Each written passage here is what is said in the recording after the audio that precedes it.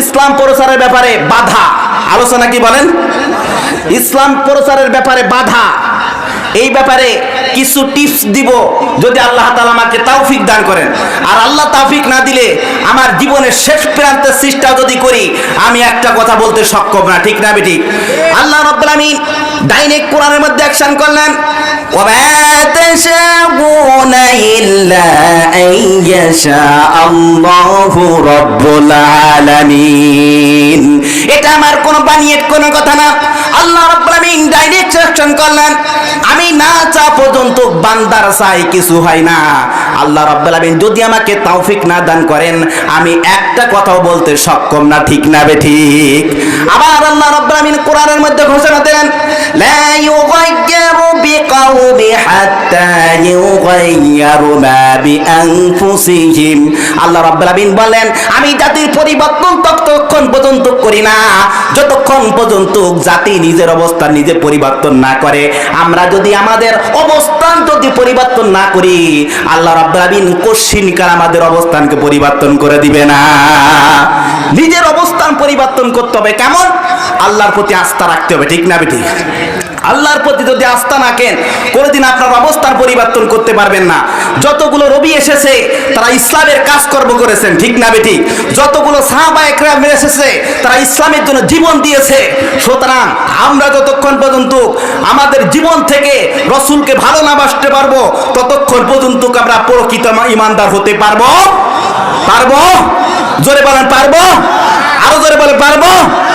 যতক্ষণ পর্যন্ত নিজের জীবনের চেয়ে রাসূলকে ভালো না বাসতে পারবেন, যতক্ষণ পর্যন্ত রাসূলকে আপনি অন্তর থেকে ভালো না বাসতে পারবেন, ততক্ষণ পর্যন্ত প্রকৃত ঈমানদার হওয়া যাবে।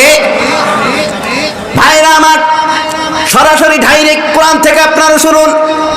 বিশ্বনবী সাল্লাল্লাহু আলাইহি ওয়াসাল্লাম ইসলামের জন্য কি সময় শ্রম দিয়েছেন, ইসলামের জন্য তার জীবনটাকে বিলীন করে দিয়েছেন। এবং কি ওমর রাদিয়াল্লাহু তাআলা যখন ইসলাম গ্রহণ করেন নাই, ইসলাম যখন গ্রহণ করেন নাই, রাসূলের প্রতি আক্রমণ চালিয়েছেন, সাহাবায়ে কিরামদের প্রতি আক্রমণ চালিয়েছেন। রাসূলের এইটাই প্রসিদ্ধ ছিল, এইটাই কামনা ছিল, প্রত্যেকটা মানুষের কাছে ইসলামের কথা বলবে, ইসলামের কথা তুলে ধরবে, যাতে করে তারা জাহান্নাম থেকে বেঁচে যায়। আল্লাহ পথিক এই জন্য রাসূল সাল্লাল্লাহু আলাইহি ওয়াসাল্লাম আল্লাহর কাছে দোয়া করেছিলেন, বিশেষ করে দুইটি ব্যক্তির নাম উল্লেখ করে দোয়া করেছিলেন। এদের জন্য ইসলামের কথা প্রকাশ করতে পারছেন না, ইসলামের কথা বলতে পারছেন না। আল্লাহ পাক কোরআনের মধ্যে বলেন, ওয়া মান আহসানু কাওলাম মিম্মান দাআ ইলাল্লাহি ওয়া আমিলা সালিহান ক্বালা ইন্নানি মিনাল মুসলিমিন। চিৎকার আল্লাহু আকবার, আরো জোরে বলো আল্লাহু আকবার। ওই ব্যক্তির থেকে শ্রেষ্ঠ ব্যক্তি কে হতে পারে? ওই ব্যক্তির থেকে প্রকৃত বান্দা কে হতে পারে? ওই ব্যক্তির থেকে শ্রেষ্ঠ ব্যক্তি আর হতে পারে না, যে ইসলামের কথা বলে, ইসলামের দাওয়াত প্রচার করে, আর নিজেকে দামি মনে করে, আর একজন শ্রেষ্ঠ মানব মনে করে, একজন মুসলিম দাবি করে। ওর থেকে শ্রেষ্ঠ ব্যক্তি আর পৃথিবীর বুকে হতে পারে? হতে পারে? আমার ভাইরা আমার, বিশ্বনবী সাল্লাল্লাহু আলাইহি ওয়াসাল্লাম কোরআনের কথা বললেন, হাদিসের কথা বললেন, সত্যর কথা বললেন, আল্লাহর কথাগুলো ধরে ধরলেন। ইন্নাদ-দীনা ইনদাল্লাহিল ইসলাম। আল্লাহ তাআলা বলেন সব থেকে শ্রেষ্ঠ ধর্ম ইসলাম। এই ইসলামের কথা বিশ্বনবী সাল্লাল্লাহু আলাইহি ওয়াসাল্লাম তুলে ধরলেন। কাফেরদের সম্মুখে তিনি এই কথাগুলো তুলে ধরলেন। কাফেরদের সম্মুখে একদিন বলতেছেন, সাফা পাড়ে চিৎকার করে বলছেন, কাফেরেরা, আমি তোমাদেরকে যদি সত্য একটা কথা বলি, তোমরা কি আমার কথা বিশ্বাস করবে? কাফেররা তখন বলল, হ্যাঁ বিশ্বাস করি, কারণ হলো আপনি হলো আলামিন, আপনি হলো বিশ্বাসী, আপনার ভিতরে কোনো প্রকার সন্দেহ নাই, আপনার থেকে সত্যবাদী পৃথিবীতে আর কোনো নবী নাই, বরং আপনার মতন একজন শ্রেষ্ঠ মানব আর পৃথিবীতে কেউ নাই, বরং আপনি হলো সত্যবাদী, আপনাকে অবশ্যই বিশ্বাস করি। কেমন নবী? এই পৃথিবীর বুকে যত শ্রেষ্ঠ বই রয়েছেন, দেখবেন একটা বই লিখছেন একজন ইহুদি, 100 মানবের একটা বই আছে, এই বইয়ের ভিতরে আপনার প্রথম নাম্বারে বিশ্বনবী সাল্লাল্লাহু আলাইহি সাল্লামের নামটা উল্লেখ করা। নাস্তিকরা যদি চাইতেন এই বই শেষে নামটা লিখতে পারতেন, ঠিক না বেঠিক, অথবা মধ্যবর্তী স্থানে লিখতে পারতেন, কিন্তু তা করেন নাই। জানেন বিশ্বনবী সাল্লাল্লাহু আলাইহি সাল্লাম শ্রেষ্ঠ একজন নবী, শ্রেষ্ঠ মানব, এই জন্য এক নাম্বারে বিশ্বনবী সাল্লাল্লাহু আলাইহি সাল্লামের নামটা উল্লেখ করেছেন। চিৎকার করে আল্লাহু আকবার। আমার ভাইরা আমার, বিশ্বনবী সাল্লাল্লাহু আলাইহি ওয়াসাল্লাম কাফেরদের সম্মুখে চিৎকার করে বলছেন, কাফেররা, আমি তোমাদেরকে যদি একটি সত্য কথা বলি, তোমরা কি আমার কথাকে বিশ্বাস করবে? কাফেররা বলল, হ্যাঁ, আপনাকে বিশ্বাস করি, কারণ হলো আপনি হলো আলামিন, আপনি হলো সত্যবাদী, আপনার ভিতরে কোনো প্রকার সন্দেহ পাই নাই, আপনার ভিতরে কোনো প্রকার মিথ্যা পাই নাই, আপনি হলো সত্যবাদী, আপনাকে আমরা বিশ্বাস করি। রাসূল সাল্লাল্লাহু আলাইহি সাল্লাম যখন বললেন, তোমাদের বাপ দাদা ধর্মকে লিপ্ত করে তোমরা ইসলাম ধর্ম কবুল করো, রাসূল সাল্লাল্লাহু আলাইহি সাল্লাম এই কথা তুলে ধরলেন, আমি যদি বলি তোমাদেরকে শত্রুরা আক্রমণ করছে, শত্রুরা তোমাদের পিছনে আছে, তোমরা কি আমার কথা বিশ্বাস করবে? কাফেররা বললেন, হ্যাঁ, বিশ্বাস করি, কারণ হলো আপনি আলামিন, আপনার মুখ থেকে কোনো মিথ্যা কথা বের নাই, বরং আপনাকে আমরা বিশ্বাস করি।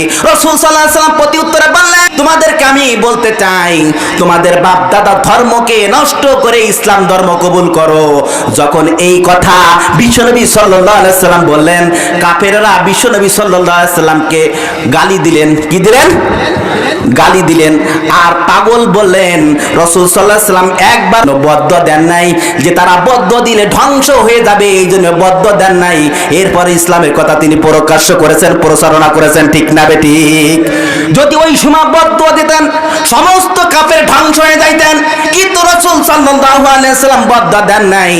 এই জন্য দেন নাই যাতে করে আমার উম্মত এক সময় বুঝবে, আমাকে সত্য বুঝবে। এখন যদি ভুল থাকে তাহলে এক সময় এরা মুসলমান হবে, ঠিক না বেঠিক? ঠিক তেমনি ভাবে ওমর রাদিয়াল্লাহু তাআলা আনহুকে রাসূল সাল্লাল্লাহু আলাইহি সাল্লাম দোয়া করেছেন তার ব্যাপারে, আর আবু জাহেলের ব্যাপারে তিনি দোয়া করেছিলেন। উদ্দেশ্য করে বলছেন, রব্বুল আলামিন, আবু জাহেল নয় ওমর, এই দুইজন ব্যক্তির মধ্যে যাকে আপনি প্রসিদ্ধ মনে করেন তাকে আপনি ইসলামের মধ্যে কবুল করেন। আল্লাহর কাছে বিশ্বনবী সাল্লাল্লাহু আলাইহি ওয়াসাল্লাম দোয়া করছেন, ইয়া রব্বুল আলামিন, নয় আবু জাহেল নয় ওমর, এই দুইজন ব্যক্তির মধ্যে আপনার কাছে যে বেশি প্রসিদ্ধ মনে হয় তাকে আপনি ইসলামের ভিতরে কবুল করেন। কয়জন ব্যক্তির নাম বলতেছেন? কয়জন বলেন? জোরে বলেন, কয়জন?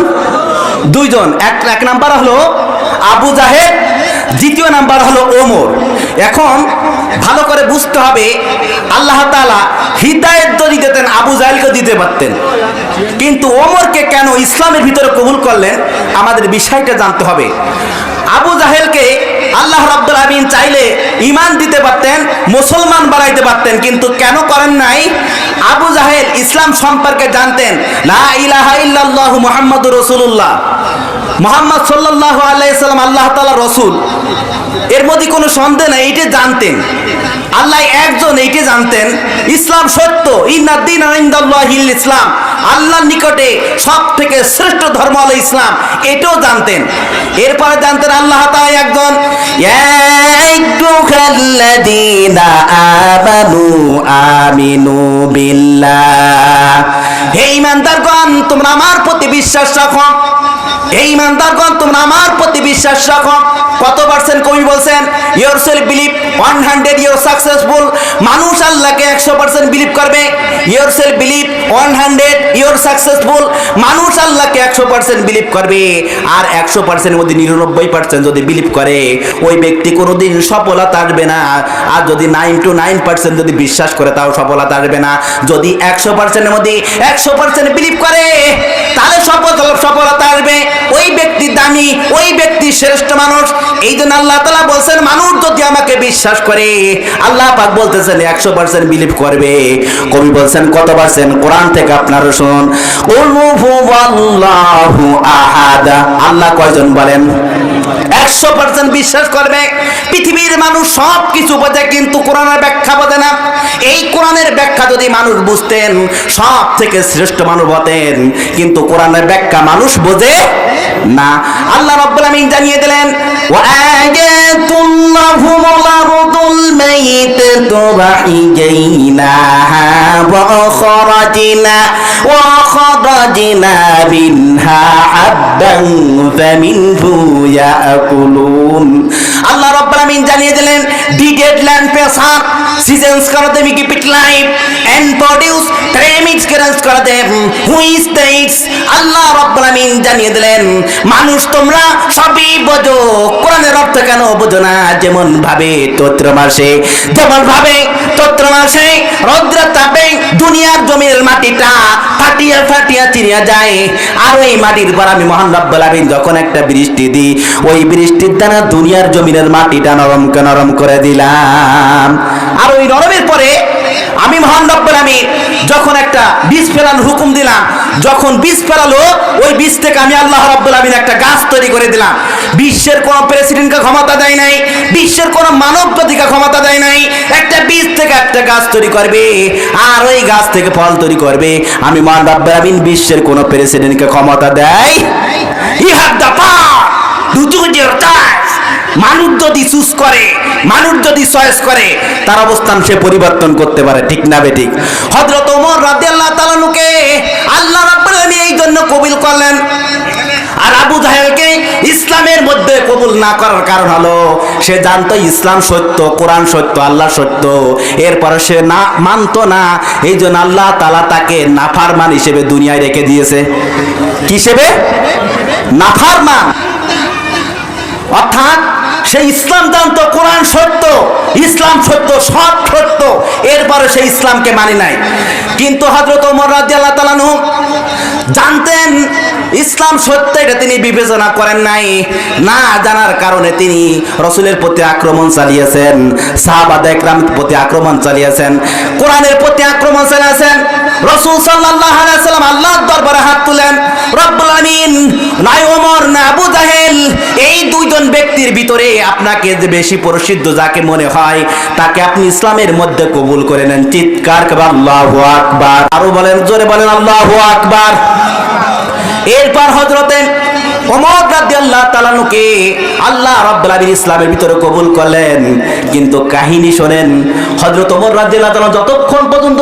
মুসলমান হন নাই ততক্ষণ পর্যন্ত আক্রমণ চালিয়েছেন সাহাবাদেরকে রাসূলদেরকে আক্রমণ চালিয়েছেন একদিন রাসূল সাল্লাল্লাহু আলাইহি ওয়াসাল্লাম কাবার মসজিদের দিকে রওনা করেছেন ওমর রাদিয়াল্লাহু তাআলা পিছ থেকে রওনা করেছেন মুহাম্মদ সাল্লাল্লাহু আলাইহি ওয়াসাল্লাম কোথায় যায় তিনি দেখতেন রাসূল সাল্লাল্লাহু আলাইহি ওয়াসাল্লাম কাবার মসজিদের দিকে প্রবেশ করেছেন কাবার মসজিদে প্রবেশ করে রাসূল সাল্লাল্লাহু আলাইহি ওয়াসাল্লাম হস্ত পেয়ে মসজিদে প্রবেশ করে তিনি আল হক থেকে সূরা আল হক থেকে পাঠ শুরু করেছেন কি সূরা থেকে সূরা আল হক থেকে পাঠ শুরু করেছেন এমন সুন্দরভাবে ভঙ্গির সঙ্গে কোরআন তেলাওয়াত করেছেন রাসূল সাল্লাল্লাহু আলাইহি ওয়াসাল্লাম কোরআন যখন তেলাওয়াত করেছেন ওমর রাদিয়াল্লাহু তাআলা শুনে তিনি মুগ্ধ হলেন তিনি এত সুন্দর বাক্য নিশ্চয়ই তিনি একজন কবি হবে এত সুন্দরভাবে আবৃত্তি করতে পারে হযরত ওমর রাদিয়াল্লাহু তাআলা বললেন নিশ্চয়ই একজন কবি হবে ওমর রাদিয়াল্লাহু তাআলা বললেন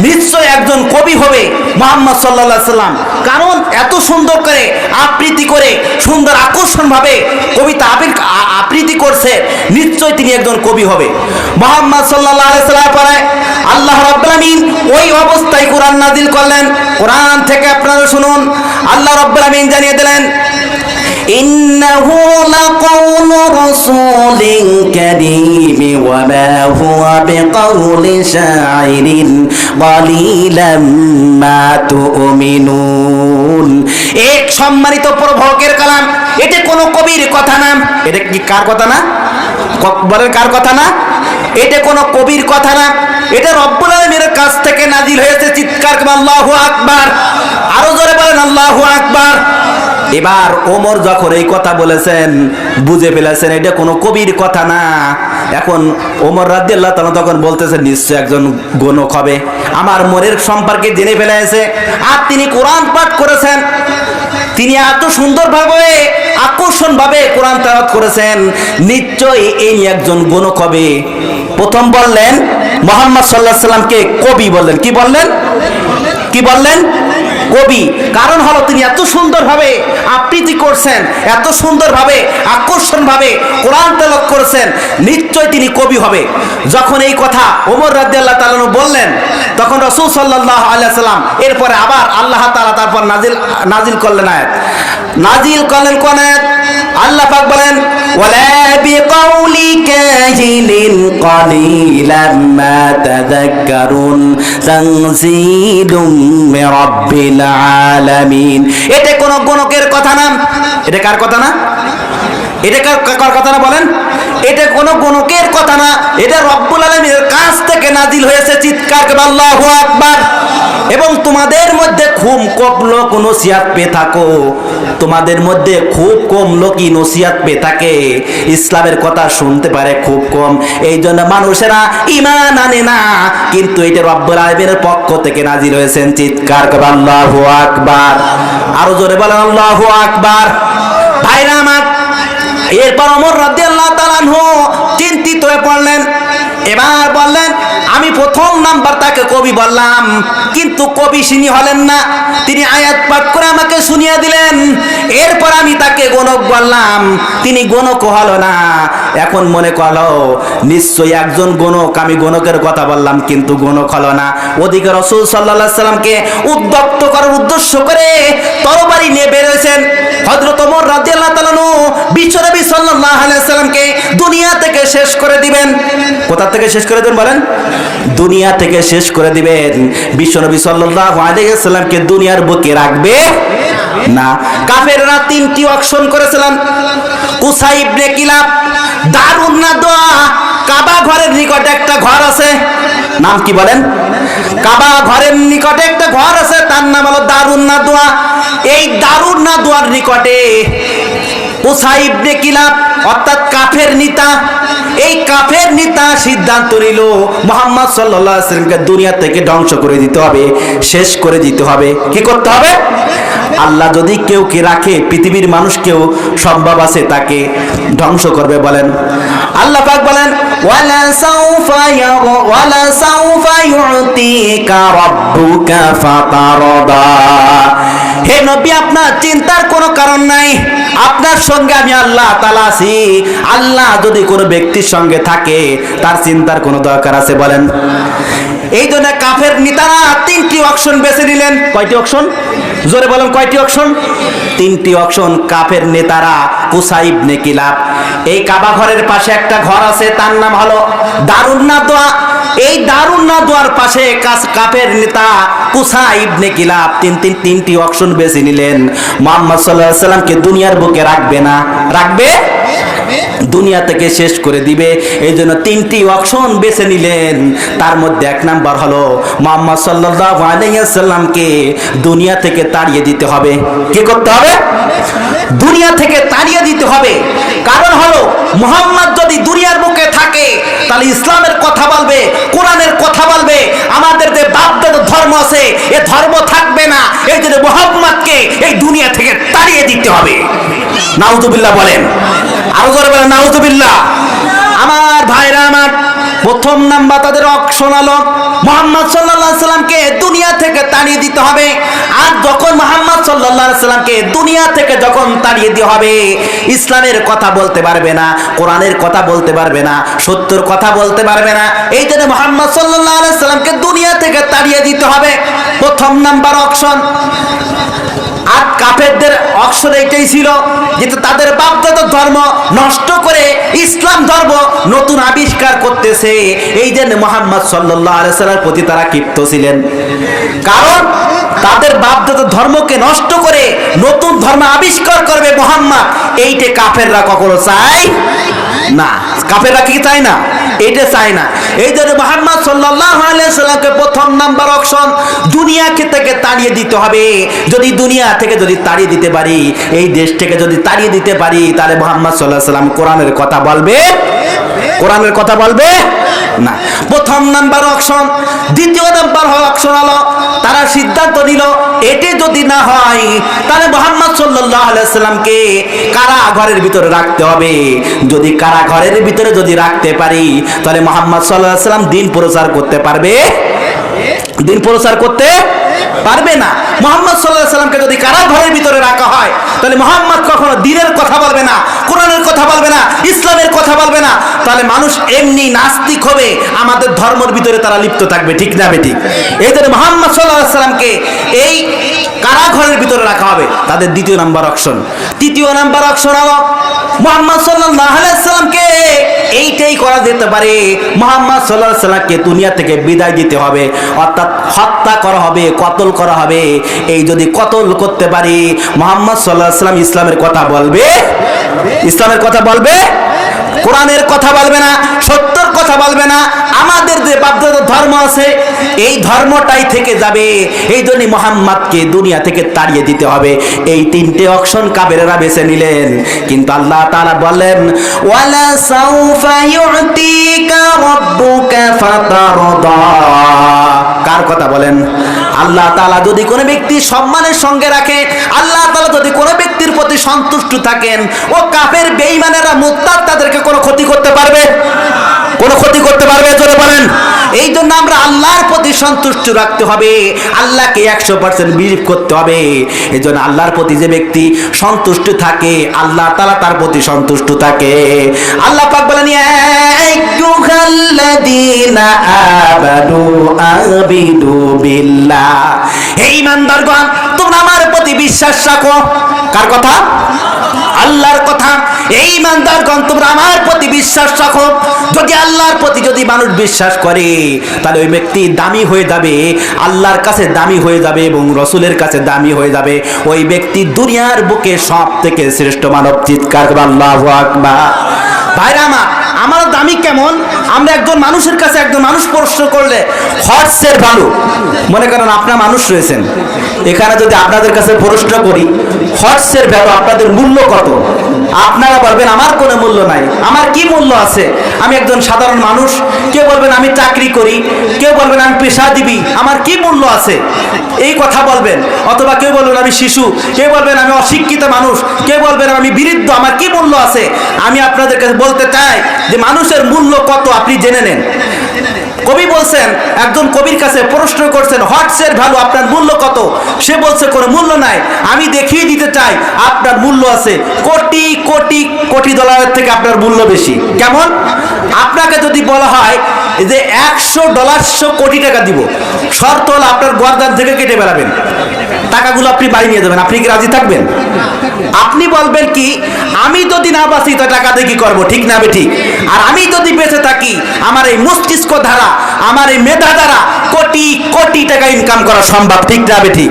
এই জন্য মানুষ নিজেকে ছোট মনে করে, নিজেকে তুচ্ছ মনে করে, নিজেকে মনে করে আমার দ্বারা কিছু করা সম্ভব না। আমি একটা উদাহরণ দিতে চাই। যদি কোনো সন্তান মায়ের নিকটে যদি বলে আমার পড়ালেখা হবে না, মা বাপ খুশি হয়ে বেজার হয়? কি হয় বলেন? বেজার হয়। কারণ হলো মা বাপ এত কষ্ট করে মানুষ করে, টাকা পয়সা, শ্রম এবং তার আর্থিক সব কিছু বিনিয়োগ করে এই জন্য পড়াশোনা করায়, যাতে করে একজন সুশিক্ষায় মানুষ হতে পারে, ঠিক না বেটি? আর ওই মা বাবার কাছে যদি আপনি বলেন আপনার পড়ালেখা হবে না, মা বাপ খুশি হয়ে বেজার হয়? বেজার হয়। ঠিক তেমনি ভাবে আল্লাহ রাব্বুল আলামিন আপনাকে একটা মেধা দান করেছেন, মস্তিষ্ক দান করেছেন, কোটি কোটি টাকার মূল্য দিয়েছেন, আর আপনি বলছেন আপনার দ্বারা কিছু করা সম্ভব না। ঠিক তেমনি ভাবে যেমন মা বাপ অসন্তুষ্ট হয়, আল্লাহ তাআলা ওইভাবে অসন্তুষ্ট হয়, ঠিক না বেঠিক?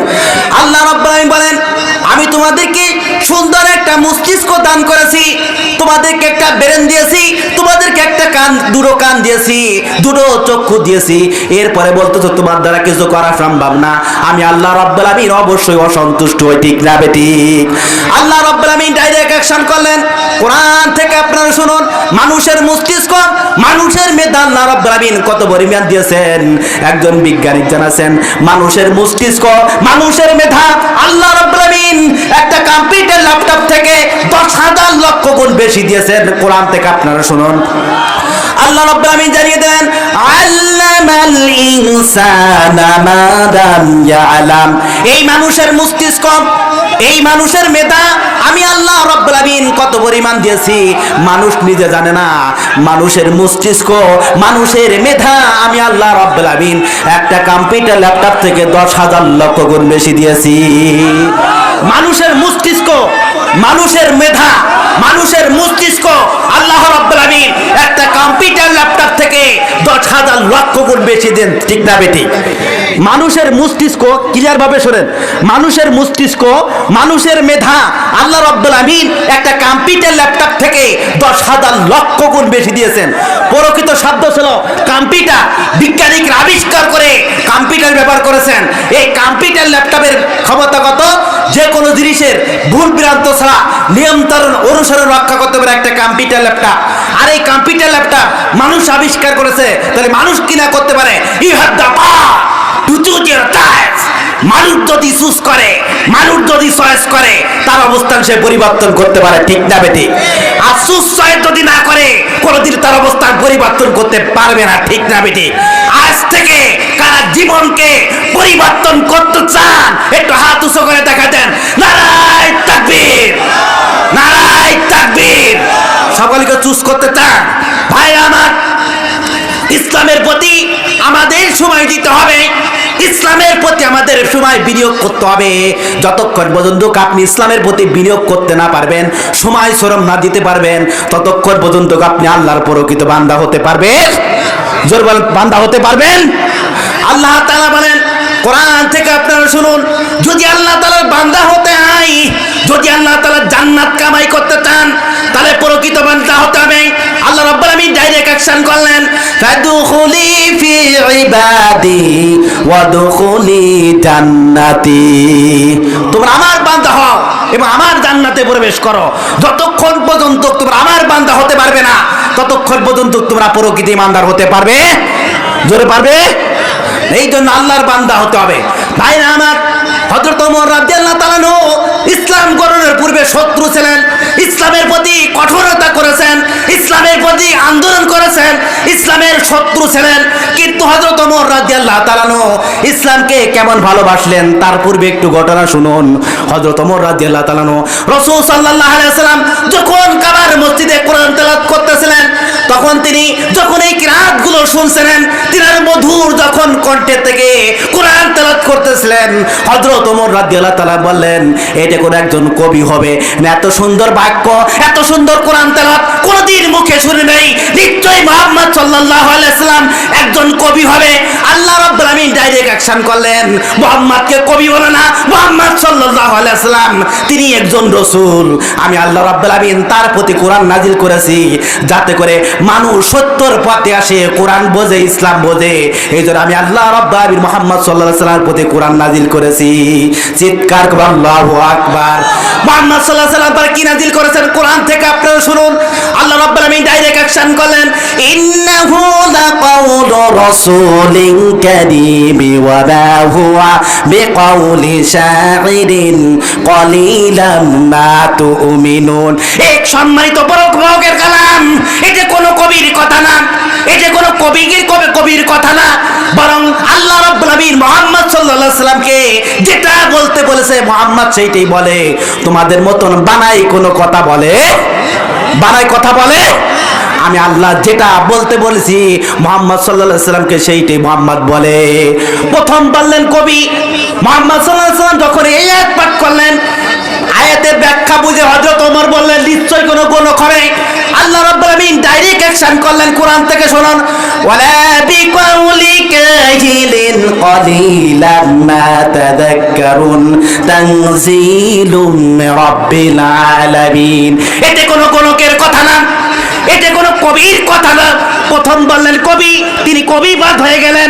দ্বিতীয় বললেন গোলক, এটা গোলকের কথা না। এরপর মুহাম্মদ সাল্লাল্লাহু আলাইহি ওয়াসাল্লামকে মার শুরু করার জন্য তরবারি বের করলেন। মুহাম্মদ সাল্লাল্লাহু আলাইহি ওয়াসাল্লামকে দুনিয়া থেকে তিনি শেষ করে দিবে, দুনিয়া থেকে তাকে বিদায় করে দিবে। এই জন্য উদ্দেশ্য করে ঘর থেকে বেরোলেন।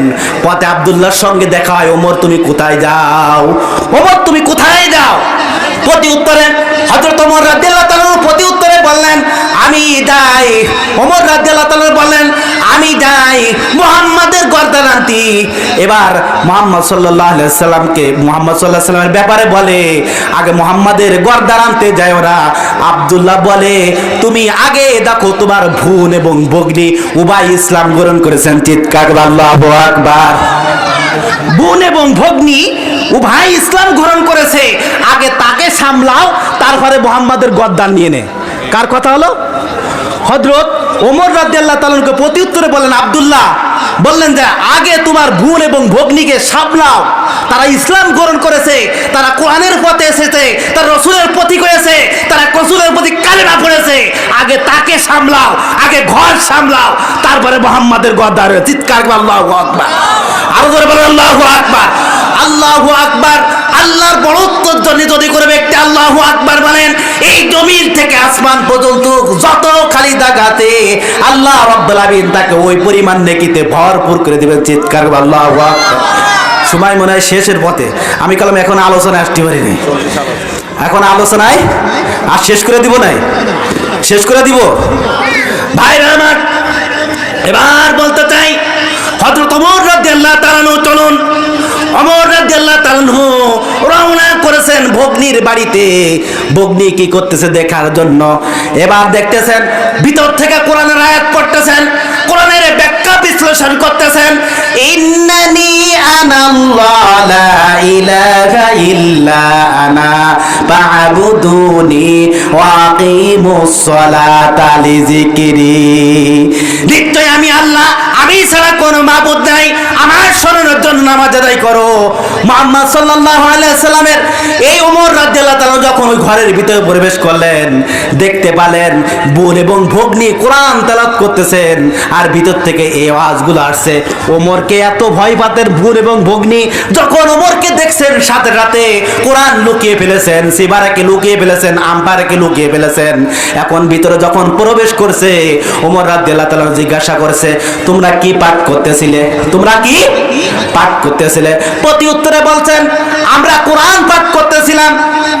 এবার হযরত ওমর রাদিয়াল্লাহু তাআলা প্রতি উত্তরে বললেন, মুহাম্মদ সাল্লাল্লাহু আলাইহি সাল্লামের ব্যাপারে বললেন, ওই মুহাম্মদকে ছাড়বি না আমার বাড়ি ছাড়বি। প্রতি উত্তরে হযরত ওমর রাদিয়াল্লাহু তাআলা বোন এবং ভগ্নী বললেন, পৃথিবীর সব কিছু ছেড়ে দিতে পারি, কিন্তু মুহাম্মাদের প্রতি ঈমান এনেছি, অন্যদিকে মুখ ফেরাইতে পারি, অন্যদিকে মুখ ফেরাইতে পারি না। এই কথা তাদের ঈমান, এই কথা তাদের মুহাব্বত, এই কথা তাদের ইসলামের প্রতি ভালোবাসা, তাদের জীবন শেষ করে দিয়েছে ইসলামের পথে। ঠিক না বেঠিক? ইসলামের পথে তাদের জীবন শেষ করে দিয়েছে। কিন্তু আমাদের জীবনটা এমন হয়েছে যে আমরা ইসলামের প্রতি আমরা সময় শ্রম দিতে পারি না। ঠিক না বেঠিক? ভাইরা আমার, হযরত ওমর রাদিয়াল্লাহু তাআলা এবার মায়ের পিঠ শুরু করেছে প্রথম ভগ্নীকে। ভগ্নীকে যখন মায়ের পিঠ শুরু করেছে, বোন তাকে ঠেকাতে যায়। যখন ঠেকাতে যায়, বলে, ভাই তুমি আমার স্বামীকে মেরো না, আমার স্বামীকে তুমি ছেড়ে দাও। প্রতি উত্তরে বলে, না তোমার স্বামীকে ছাড়া যাবে না। এই বলার সঙ্গে সঙ্গে যখন বোন ঠেকাতে যায়, বোন মায়ের পিঠ শুরু করে। এইভাবে মায়ের পিঠ শুরু করতে যখন রক্ত রঞ্জিত করে দিলেন, এরপর প্রতি উত্তর বললেন, এ আমার বোন এবং ভগ্নী, তোমরা দুজন এই ইসলাম ধর্মকে ত্যাগ করে আবার আমাদের ধর্মে আসো, আমাদের বাপ দাদার ধর্ম তোমরা নষ্ট করে না। তখন প্রতি উত্তরে বললেন, জীবন শেষ করে দিতে পারি, মুহাম্মদ সাল্লাল্লাহু আলাইহি সাল্লাম পর ঈমান এনেছি, অন্যদিকে মুখ ফেরাইতে পারবো, অন্যদিকে মুখ ফেরাইতে পারবো। এই কথা যখন বলেছেন, এরপর আরো মায়ের পিঠ শুরু করেছে। মায়ের পিঠ শুরু করতে করতে যখন শরীর থেকে রক্ত ঝরে জমিনের নিচে পড়েছে, এবার বলতেছে হযরত ওমর রাদিয়াল্লাহু তাআলা বলছে, তোমরা কি পাঠ করছিলে একটু বলো তো। প্রতি উত্তরে বললেন, আমি পাঠ করতেছিলাম এই আয়াত, ইন্নানি আনাল্লাহ, আনা ইন্নানি আনাল্লাহ লা ইলাহা ইল্লা আনা ফা'বুদুনি ওয়া আকিমুস সালাতা লিযিকরি। নিশ্চয় আমি আল্লাহ, আমি ছাড়া কোনো মাবুদ নাই, আমার শরণের জন্য তোমরা নামাজ আদায় করো। হযরত ওমর রাদিয়াল্লাহু তাআলার ভিতরে এবার ইসলামের আকর্ষণ সৃষ্টি হয়েছে, মহব্বত সৃষ্টি হয়েছে, মহব্বত পয়দা হয়েছে। হযরত ওমর রাদিয়াল্লাহু তাআলার ভিতরে এবার মহব্বত সৃষ্টি হয়েছে, মহব্বত পয়দা হয়েছে। এবার বলতেছে কেমন যেন আকর্ষণ সৃষ্টি হয়ে গেছে। এবার তরবারি ভরে তিনি রওনা শুরু করেছেন। মুহাম্মদ সাল্লাল্লাহু আলাইহি সাল্লামের কাছে তিনি দেখা করার জন্য যাবেন, মুহাম্মদ সাল্লাল্লাহু আলাইহি সাল্লামের সাথে তিনি সাক্ষাৎ করবেন, তিনি কালেমা পড়ে মুসলমান হয়ে যাবেন। এদিকে রাসূল সাল্লাল্লাহু আলাইহি সাল্লাম সাহাবাদেরকে নিয়ে তালিম করতেছিলেন।